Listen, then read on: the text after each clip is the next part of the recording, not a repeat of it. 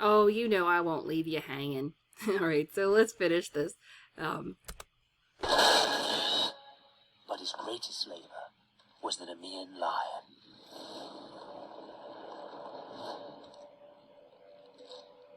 This was no ordinary beast.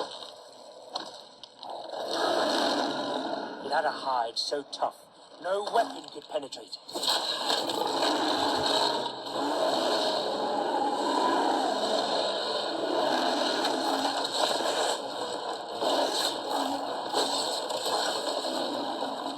But even this monster was no match for the son of Zeus.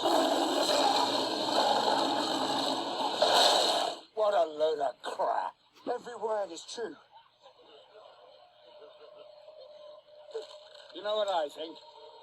This friend of yours doesn't even exist. Laugh all you want. He's coming. And be warned, Greaser, he despises pirates. Macedonia has been good to us.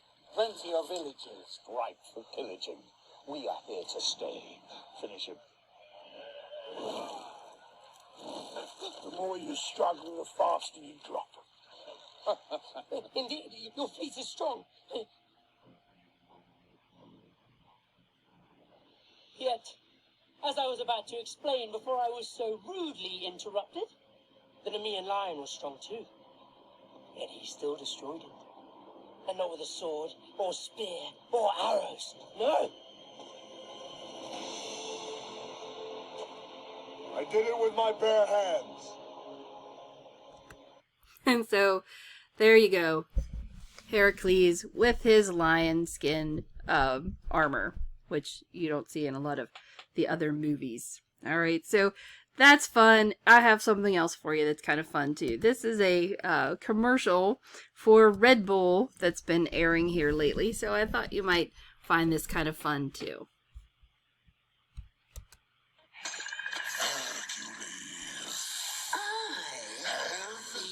Expecting you.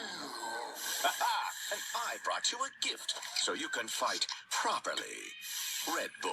Oh, how nice of you. But also Rather. stupid. Mine. Mine. No, mine. No, mine. Mine. Red Bull gives you wings.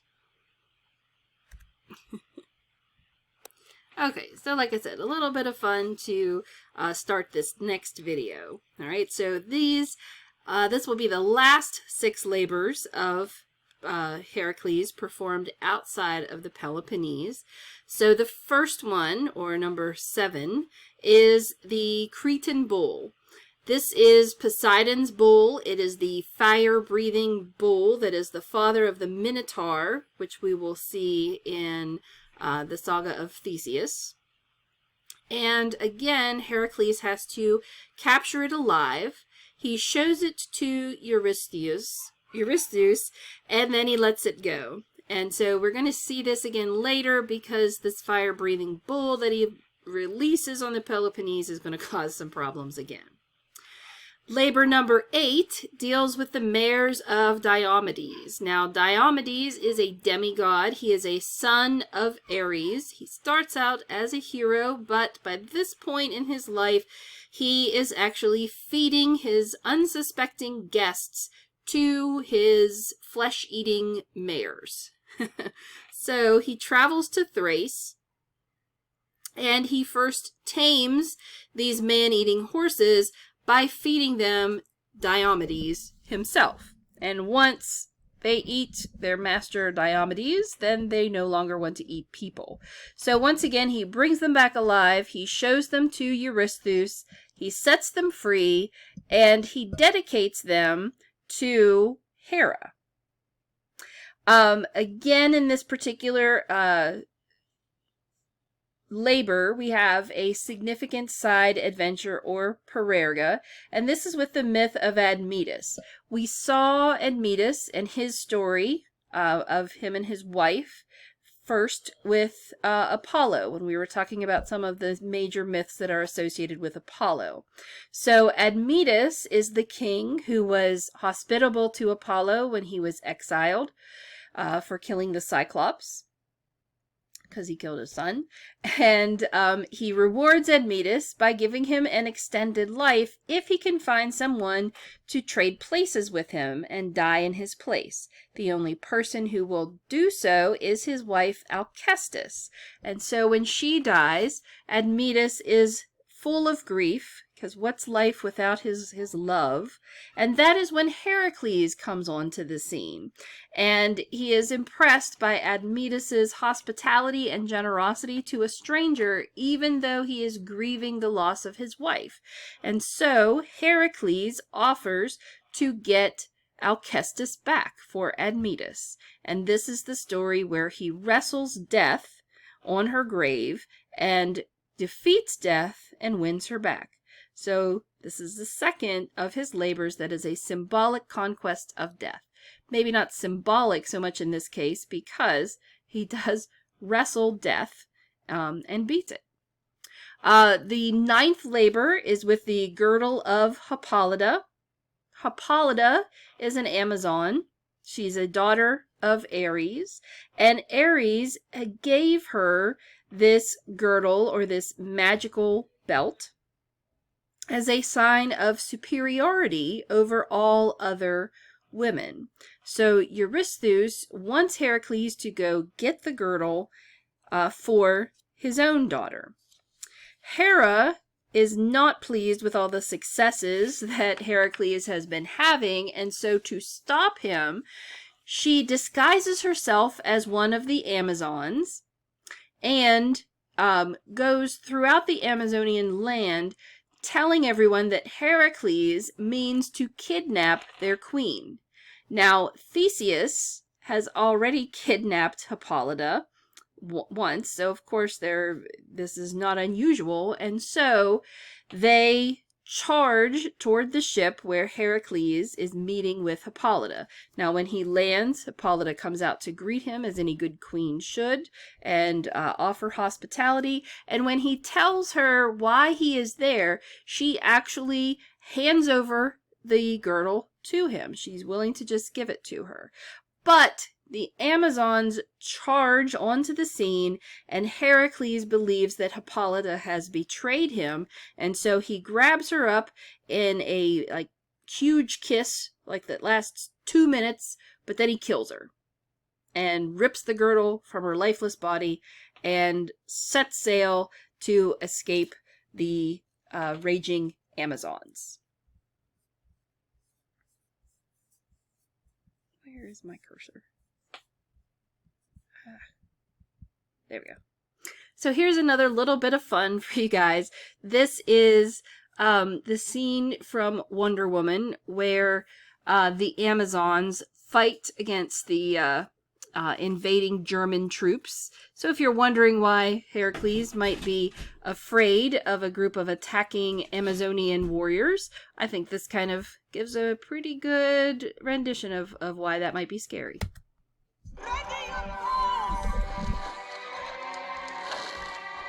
They have guns, right?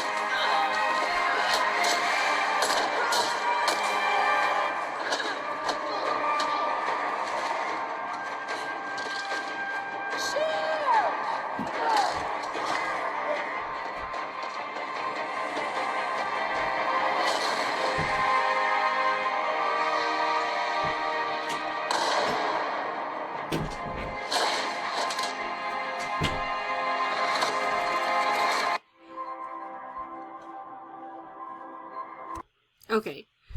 I love that scene of the movie. Anyway, again, just a little bit of fun.